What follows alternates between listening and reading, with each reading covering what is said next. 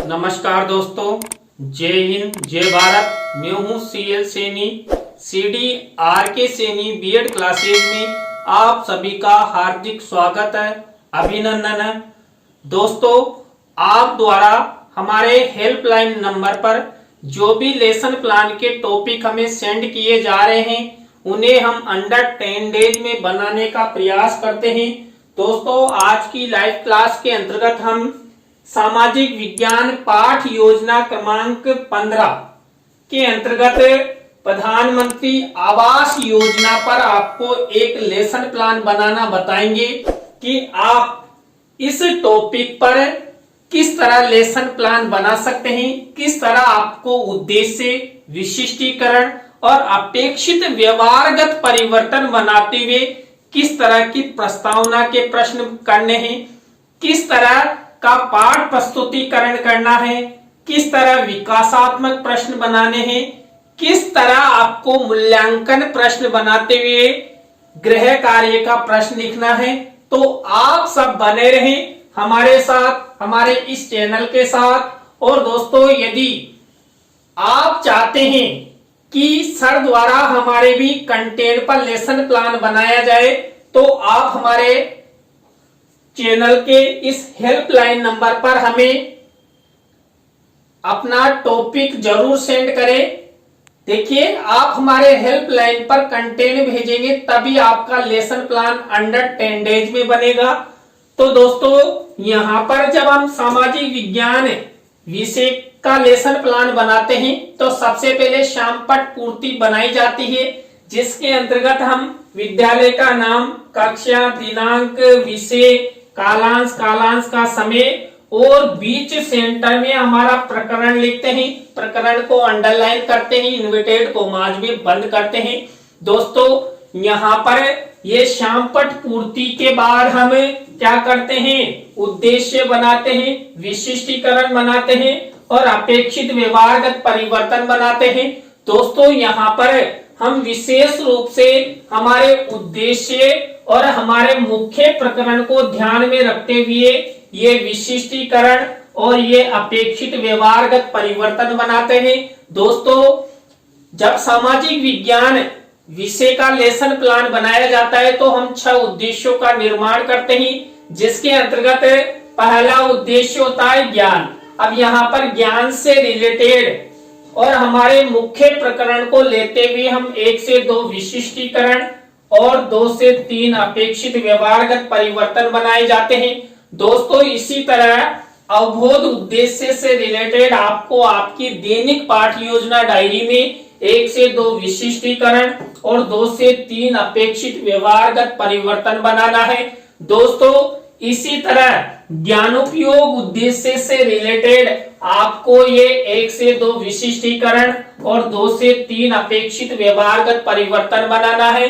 दोस्तों, आपको यहाँ पर कौशल उद्देश्य से रिलेटेड इसी तरह ये 1 से 2 विशिष्टीकरण और 2 से 3 अपेक्षित व्यवहारगत परिवर्तन बनाना है। इसी तरह दोस्तों, आपको आपकी दैनिक पाठ योजना डायरी में अभिरुचि उद्देश्य से रिलेटेड ये 1 से 2 विशिष्टीकरण और 2 से 3 अपेक्षित व्यवहारगत परिवर्तन बनाना है। इसी तरह दोस्तों, आपको अभिवृत्ति उद्देश्य से रिलेटेड ये 1 से 2 विशिष्टीकरण और 2 से 3 अपेक्षित व्यवहारगत परिवर्तन बनाना है। दोस्तों, आपको यहां तक इस तरह ये 1 से 2 विशिष्टीकरण और 2 से 3 अपेक्षित व्यवहारगत परिवर्तन बनाना है। आपको विशेष रूप से आपके उद्देश्य और आपके मुख्य प्रकरण का ध्यान रखना है।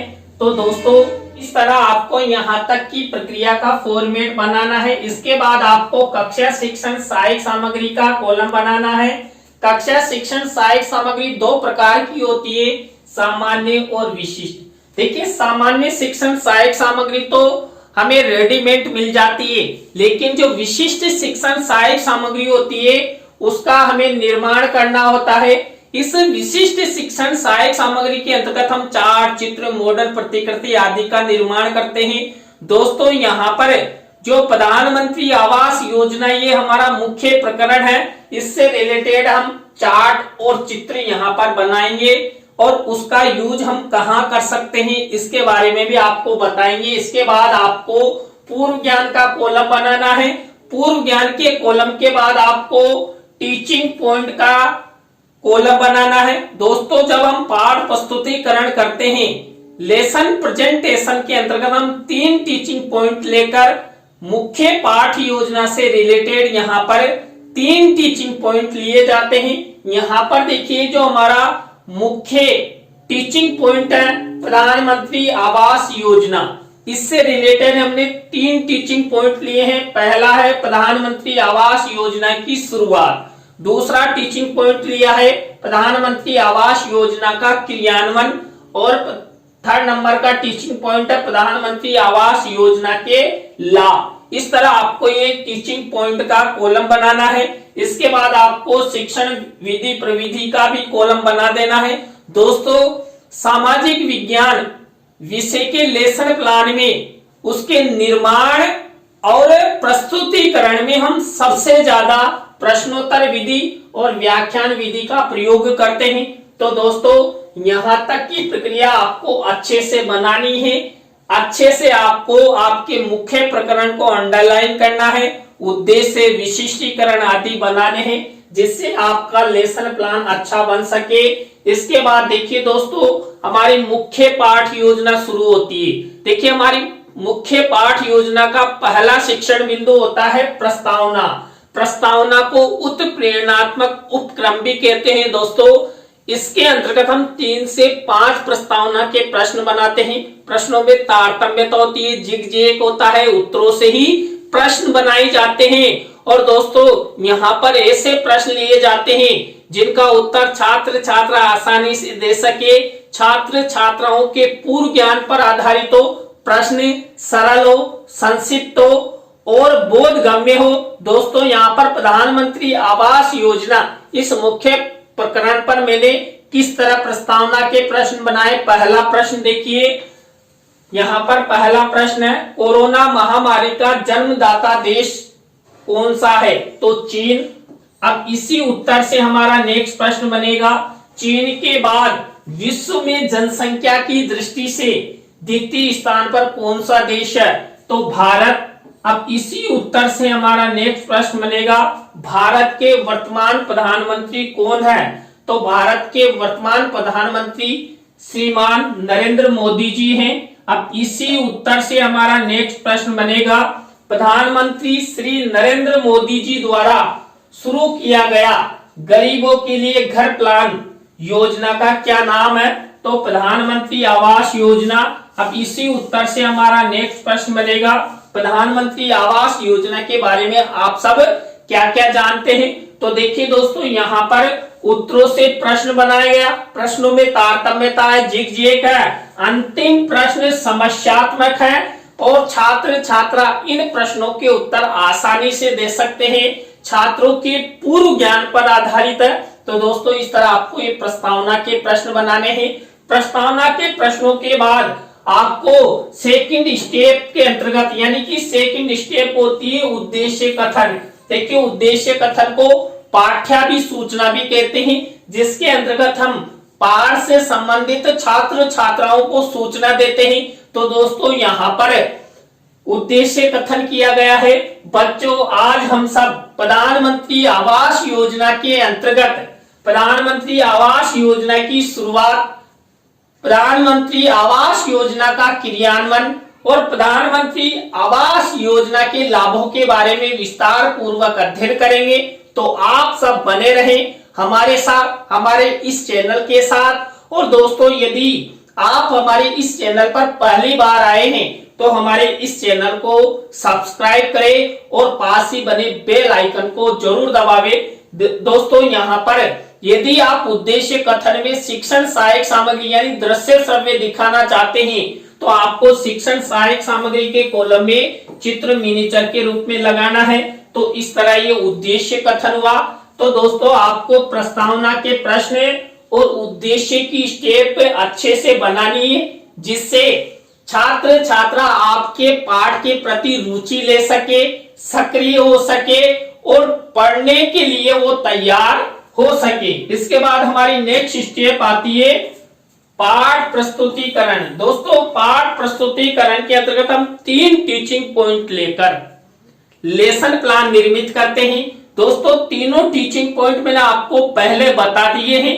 तो यहाँ पर पहला टीचिंग पॉइंट है प्रधानमंत्री आवास योजना की शुरुआत। अब यहाँ पर इसी टीचिंग पॉइंट से रिलेटेड यहाँ पर विकासात्मक प्रश्न उत्तर बनाए जाएंगे। हम 3 विकासात्मक प्रश्न उत्तर बनाते हैं। तो दोस्तों इस तरह ये 3 विकासात्मक प्रश्न उत्तर हमारे द्वारा प्रधानमंत्री आवास योजना की शुरुआत इससे रिलेटेड बनाए। इसी तरह इस टीचिंग पॉइंट से रिलेटेड हम छात्र अध्यापिका कथन करते हैं। तो यहाँ पर प्रधानमंत्री आवास योजना की शुरुआत से रिलेटेड ये छात्र अध्यापिका कथन हुआ।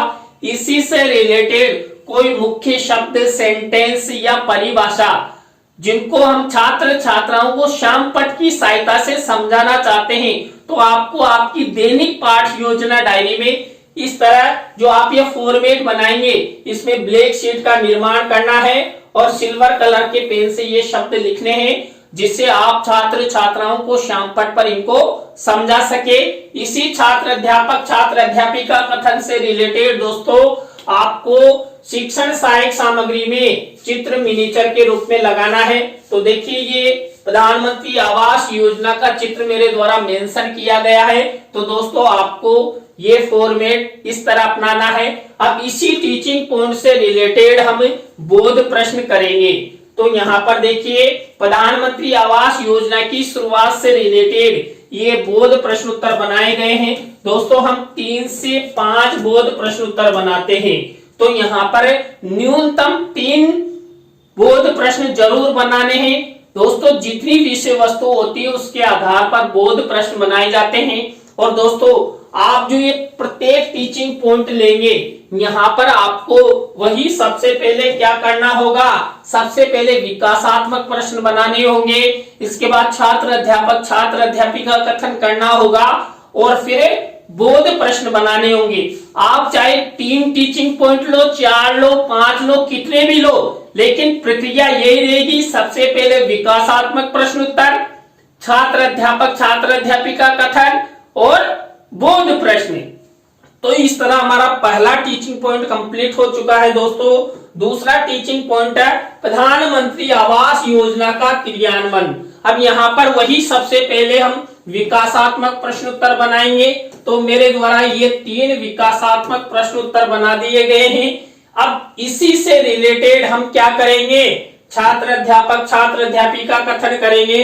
तो दोस्तों ये छात्र अध्यापिका कथन हुआ। अब यहाँ इसी छात्र अध्यापिका कथन से रिलेटेड वही कोई मुख्य शब्द, सेंटेंस या परिभाषा को हमें वही ब्लैक शीट का निर्माण करेंगे और सिल्वर कलर के पेन से यहाँ पर लिख देंगे। इसी छात्र अध्यापिका कथन से रिलेटेड हम क्या करेंगे, वही शिक्षण सहायक सामग्री में चित्र मिनीचर के रूप में लगाएंगे।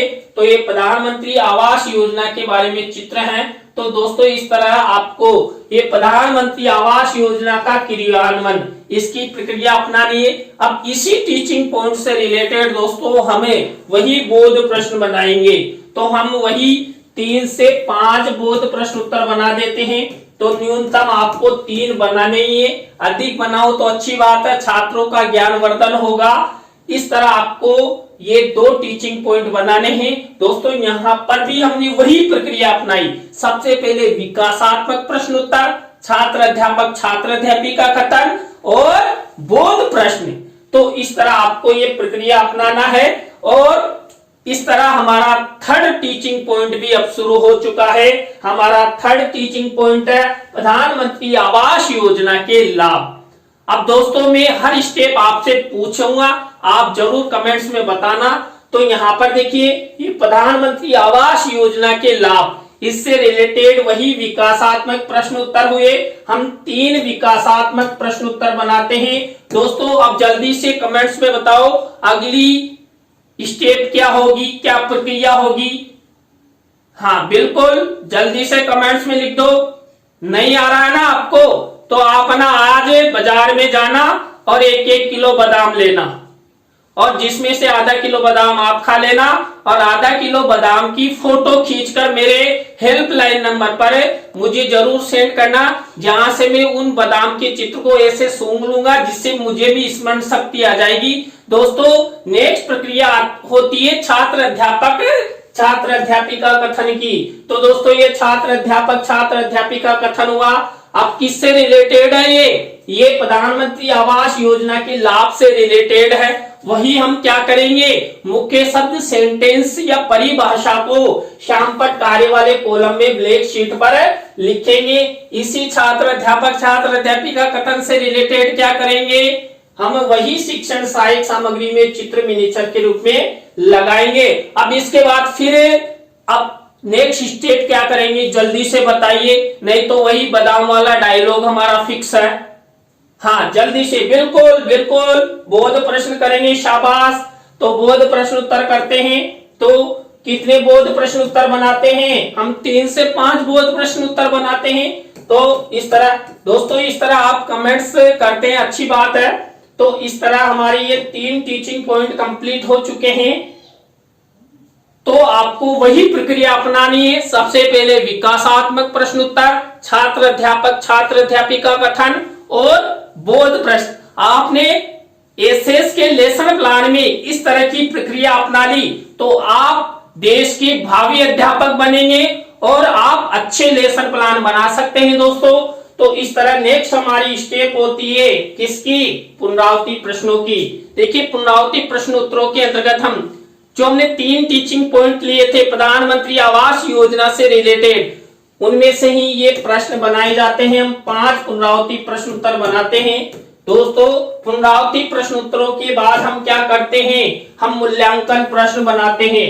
मूल्यांकन प्रश्न भी जो हमारा मुख्य प्रकरण है और हमने 3 टीचिंग पॉइंट लिए उसी से रिलेटेड होते हैं। तो यहाँ पर 3 तरह के प्रश्न लिए जाते हैं। देखिए यहाँ पर वस्तुनिष्ठ प्रश्न, रिक्त स्थानों से रिलेटेड, सत्य असत्य से रिलेटेड और लघुत्रात्मक अति लघुत्रात्मक से रिलेटेड मूल्यांकन प्रश्न लिए जाते हैं दोस्तों। अब यहाँ पर आपको इस तरह आपकी दैनिक पाठ योजना डायरी में ब्लैक शीट का निर्माण करना है और सिल्वर कलर के पेन से ये मूल्यांकन प्रश्न लिख देना है दोस्तों। नेक्स्ट प्रक्रिया, नेक्स्ट शिक्षण बिंदु, नेक्स्ट स्टेप, नेक्स्ट चरण आता है गृह कार्य का।